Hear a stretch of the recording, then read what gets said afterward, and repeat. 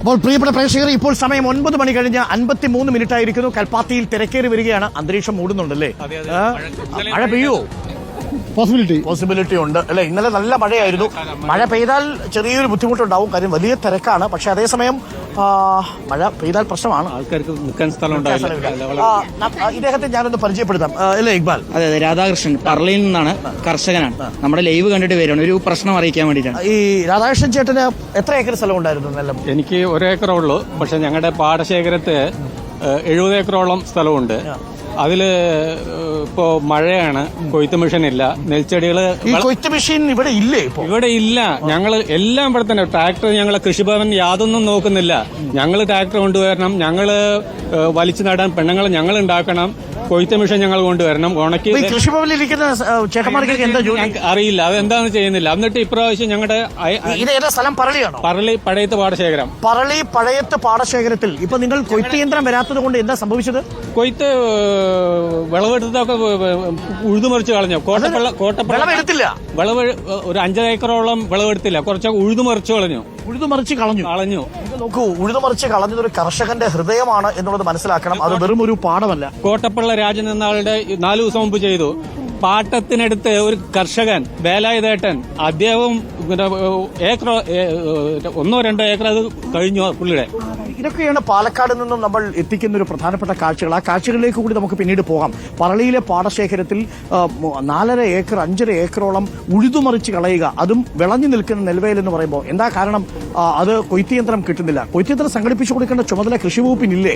ആ ഉദ്യോഗസ്ഥർ ആ കാര്യങ്ങൾ നിർവഹിക്കേണ്ടേ എന്നുള്ളതാണ് പ്രധാനപ്പെട്ട ചോദ്യം. കൃഷിവകുപ്പ് മന്ത്രിയുടെ ശ്രദ്ധയിലേക്ക് നമ്മൾ വെക്കുന്നു. പാലക്കാട്ട് ഇങ്ങനെ ഒരുപാട് കർഷകർക്ക് അവരുടെ പാടശേഖരങ്ങളിൽ ഇത്തരം പ്രശ്നങ്ങളുണ്ട്, അത് പരിശോധിക്കണം. അവിടെ വിത്ത് പാകി വിളവെടുക്കുന്നത് വരെ കാത്തിരുന്ന കർഷകര് ഒരു തപസ് പോലെയാണ് അതിന് പിന്നാലെ ഇരിക്കുന്നത്. അത് വെറും പാഠമല്ല, അത് കർഷകന്റെ ഹൃദയമാണ് എന്ന് ഒരിക്കൽ കൂടി നമ്മൾ നമ്മുടെ കൃഷിഭവനെ ഓർമ്മിപ്പിക്കുന്നു. നമ്മുടെ നേതാക്കന്മാർ പറയും കർഷകർ ഹീറോ ആണ്. സീറോ ആയിക്കൊണ്ടിരിക്കുകയാണ്, വളരെ സീറോ ആണ്. 1-ാം വിളവിന്റെ പൈസ ഇനിയും കിട്ടിയിട്ടില്ല. 2-ാം വിളവ് എങ്ങനെ ചെയ്യുന്നത്? വരമ്പിൽ പുല്ല് വെട്ടണം, ട്രാക്ടർ കൊണ്ടുവരണം, വളം വാങ്ങിക്കണം. അന്യസംസ്ഥാന തൊഴിലാളികളാണ് ഇതിനു വേണ്ടി വന്നിട്ട് കരാറടിസ്ഥാനത്തിൽ ചെയ്തിട്ട് പോകുന്നത്. പൈസയില്ല, ഘട്ടം ഘട്ടമായിട്ടാണ് കൃഷി. 4 മാസം എടുക്കും വിത്തെറിഞ്ഞിട്ട് വളമെടുക്കാൻ വേണ്ടിയിട്ട്. എല്ലാ കൃഷി വകുപ്പിലെ ഉദ്യോഗസ്ഥരെ അല്ലെങ്കിൽ പോലും വീഴ്ച വരുത്തുന്ന കൃഷി ഉദ്യോഗസ്ഥർ ഒരു കാര്യം മനസ്സിലാക്കണം. നിങ്ങൾക്ക് കൃത്യം മാസാമാസം 1-ാം തീയതി 2-ാം തീയതി ശമ്പളം കിട്ടും. പക്ഷേ ഇവർക്ക് ആ വിളവെടുത്താൽ മാത്രമാണ് ശമ്പളം കിട്ടുക. മാത്രവുമല്ല, അവർ അതിനുവേണ്ടിയുള്ള മുതൽ മുടക്കുണ്ട്. അത് മുടക്കം നഷ്ടത്തിലാണ്. പലതും പലിശക്കെടുത്താണ് ഈ കൃഷി നടത്തുന്നത്. പാട്ടത്തിനെടുത്ത് കൃഷി നടത്തിയ ഒരു കർഷകന്റെ കഥയാണ് പറഞ്ഞത്.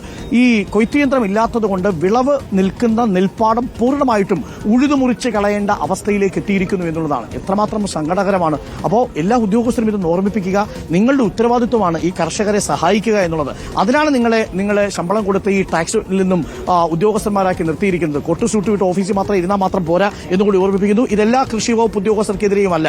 ഇത് ഇദ്ദേഹം പറഞ്ഞതനുസരിച്ചാണെങ്കിൽ മന്ത്രി അത് പരിശോധിക്കുക കൂടി വേണമെന്നാണ് നമുക്ക് പറയാനുള്ളത്. അപ്പൊ എങ്ങനെയുണ്ട് നമ്മുടെ തേര്? ഗംഭീരല്ലേ? തേരിന്റെ കാഴ്ചകൾ നമ്മളുണ്ട്. പ്രിയപ്പെട്ട പ്രേക്ഷകരെ, മറ്റു പ്രധാനപ്പെട്ട ചില വാർത്തകൾ കൂടി നമ്മൾക്ക് പ്രേക്ഷകരിലേക്ക് എത്തിക്കണം. വീട്ടിൽ കുട്ടികളുണ്ട്. എന്റെ എവിടെ കുട്ടികളെവിടെ? എന്റെ സ്ഥലം കൊല്ലമാണ്. കൊല്ലത്തേക്ക് പോകാൻ വേണ്ടിയിട്ടാണോ ഇതൊക്കെ വാങ്ങിക്കുന്നത്? കൊല്ലത്തെ ഇപ്പൊ എവിടെ വീട്? കൊല്ലത്ത് അഞ്ചൽ. അഞ്ചൽ എവിടെ? അഞ്ചലിൽ നിന്ന് മാവളേക്ക് പോകുന്ന. അഞ്ചലിൽ നിന്ന് ആലഞ്ചേരി, ഏരൂര്, ഭാരതീപുരം. ഞാൻ ഏഴംകുളംകാരനാണ്, അഞ്ചക്കോളയിലാണ് പഠിച്ചതും. അപ്പൊ ഇത് കൊള്ളാം. ഇത് ഒരാൺകുട്ടിയാണോ തോന്നുന്നു വീട്ടിൽ, അല്ലേ? ഒരാൺകുട്ടിയാണോ ഉള്ളൂ? അപ്പം അത്യാവശ്യം ആ കുട്ടിക്ക് വേണ്ടി നില. ഇന്നിപ്പോ തിരിച്ചു പോവോ? 2 ദിവസം കഴിയും. അപ്പൊ നിങ്ങളുടെ കളിപ്പാട്ടമൊക്കെ വാങ്ങിച്ചിട്ടുണ്ട്. എന്താ മോന്റെ പേര്? അപ്പൊ ദേവർഷ അച്ഛൻ വരുന്നുണ്ട് കളിപ്പാട്ടമൊക്കെ ആയിട്ട് മാവളയിൽ. ഇവിടെ എന്താ ചെയ്യുന്നത്? ഞാൻ ആയുർവേദ ഡോക്ടറാണ്. ഫ്രണ്ടിന്റെ വീട്ടിൽ വന്ന വീട്ടിൽ വന്ന് എല്ലാവരും ഒക്കെ അറിഞ്ഞിട്ട് തന്നെ വന്നതല്ലേ സുഹൃത്ത്? അത് പറഞ്ഞാൽ കുഴപ്പമായി പോകും, ലൈവായി പോകും. പക്ഷെ ഡോക്ടർ മകന് വേണ്ടി കളിപ്പാട്ടമൊക്കെ ആയിട്ട് വന്നു. ഒരാളെ ആണോ? പരിചയമുണ്ടോ? കണ്ടിട്ടുണ്ടോ? TV കണ്ടിട്ടുണ്ടോ? കയ്യിൽ തോക്കൊക്കെ ആണല്ലോ. അത് ശരി, പട്ടാളക്കാരനാവാനാണോ? AK-47 തോക്കുമായിട്ടാണോ? മോക്ക് കളിപ്പാട്ടൊന്നും വാങ്ങിയില്ലേ? അവള് വാങ്ങണേ ഉള്ളൂ അല്ലേ? ആൺകുട്ടികൾക്ക് തോക്ക്. മോക്ക് എന്ത് കളിപ്പാട്ടം വേണ്ടേ? പറഞ്ഞോ. ഇവിടെ വരുമ്പോ ഒരു കളിപ്പാട്ടം മനസ്സിൽ കരുതിയിട്ടുണ്ടാവില്ലേ? എന്ത് കളിപ്പാട്ടം മോള് വാങ്ങുക? കമ്മല്. ആൺകുട്ടികൾക്ക് AK-47, പെൺകുട്ടികൾക്ക് കമ്മൽ. ഇതെന്ത് നീതി അല്ലേ? കൊള്ളാം അല്ലേ? കൊള്ളാം. ഇത് അങ്ങനെ തരുമോ? അപ്പൊ ഒരു സങ്കടം വന്നു. അങ്ങനെ തരുമോ? വേണ്ട, എടുത്തു. ഇല്ല. Okay, thank you. Thank you. അപ്പോൾ പ്രിയപ്പെട്ട പ്രേക്ഷകരെ, അത് ശരി, ഒരു കുട്ടി രാഹുലും കൂടി എത്തിയിട്ടുണ്ടല്ലോ. അദ്ദേഹം പ്രചരണത്തിന് കൂടി വന്നതാണെന്ന് തോന്നുന്നു അല്ലേ? ഇതാണ് ഐഡിയ ഇത്. ക്യാമറയിൽ വന്നാൽ നാട്ടുകാർ കാണും, നാട്ടുകാർ കണ്ടാൽ വോട്ട് കിട്ടും. വെച്ച് കള്ള. അപ്പോൾ